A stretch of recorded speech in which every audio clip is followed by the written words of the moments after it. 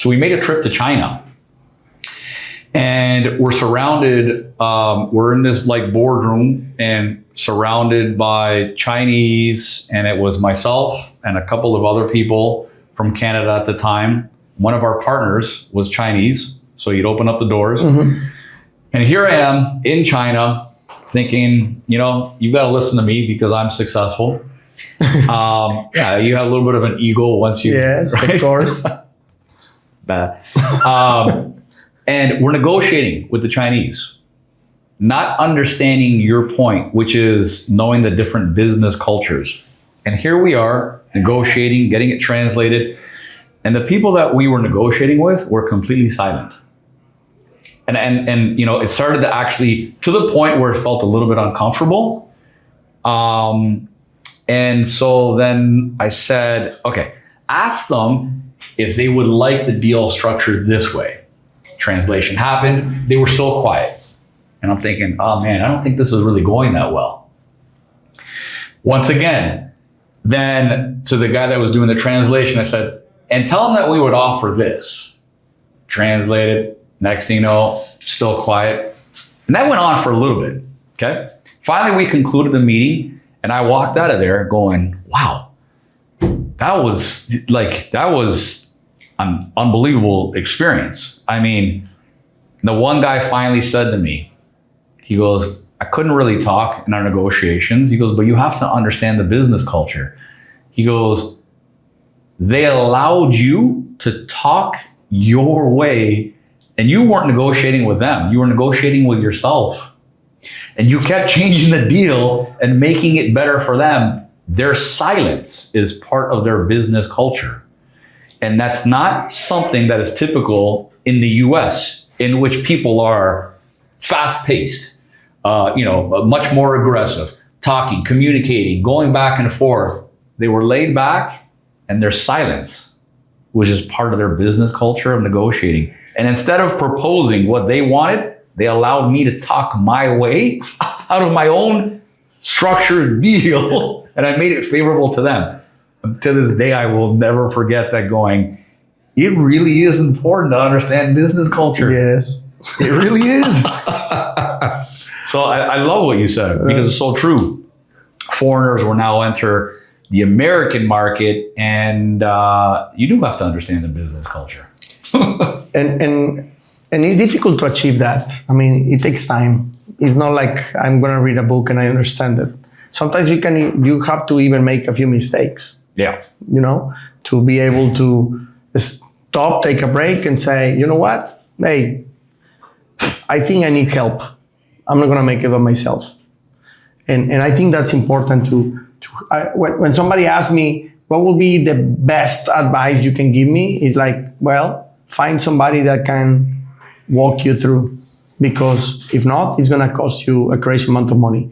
And if you have an extremely good deal, probably you can lose it.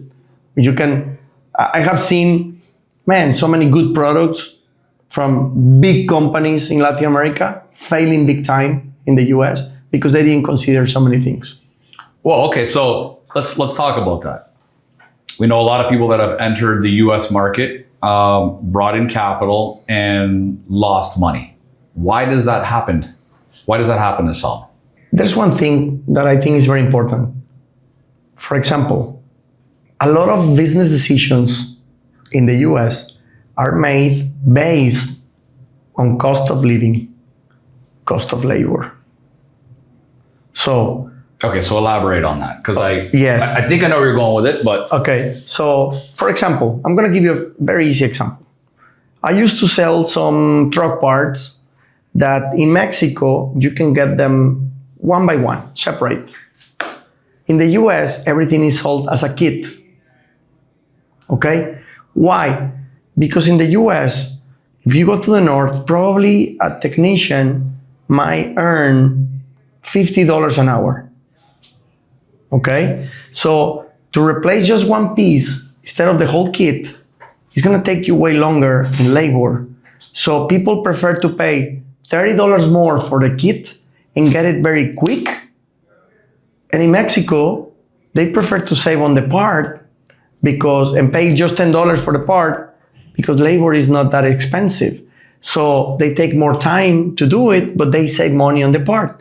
So those kind of things make the US to work very practical in many things. So for example, So you're basically like you're saying people are focused on the wrong thing. yes, in the long term, because again, people might say, oh, you guys waste a lot of things because those couple of things were still okay and you're replacing them. Yeah, but the problem is that if you're gonna be doing the same job every year because you didn't fix it right at the beginning just to save a few bucks, the cost of the labor, the cost of living is way higher, and you have to consider that. So that's why I always said that you cannot copy paste a business model from Latin America, or not even Latin America, even Europe, even Asia, even, to the US, because the US thinks different. So I think those kind of things have to be considered. So when you invest into something, I have seen people, for example, opening a business and say, oh, in my business model in Mexico, I normally need 10 people. You come to the US, then 10 people, those 10 people cost you 10 times more than in Mexico. You have to work differently and very productive, very efficient, because if not, whatever, you're gonna go out because everything is very expensive. And I have seen businesses, losing 100 grand every month because they just copy the same structure and put it in here in place.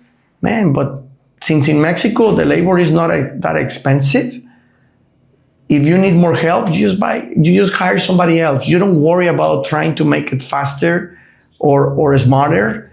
But in the US, to hire one employee, it costs you a lot of money. Okay, so I do think you really want to make it right and fast? And I think I know what you're going to say, but I'm going to ask it anyways.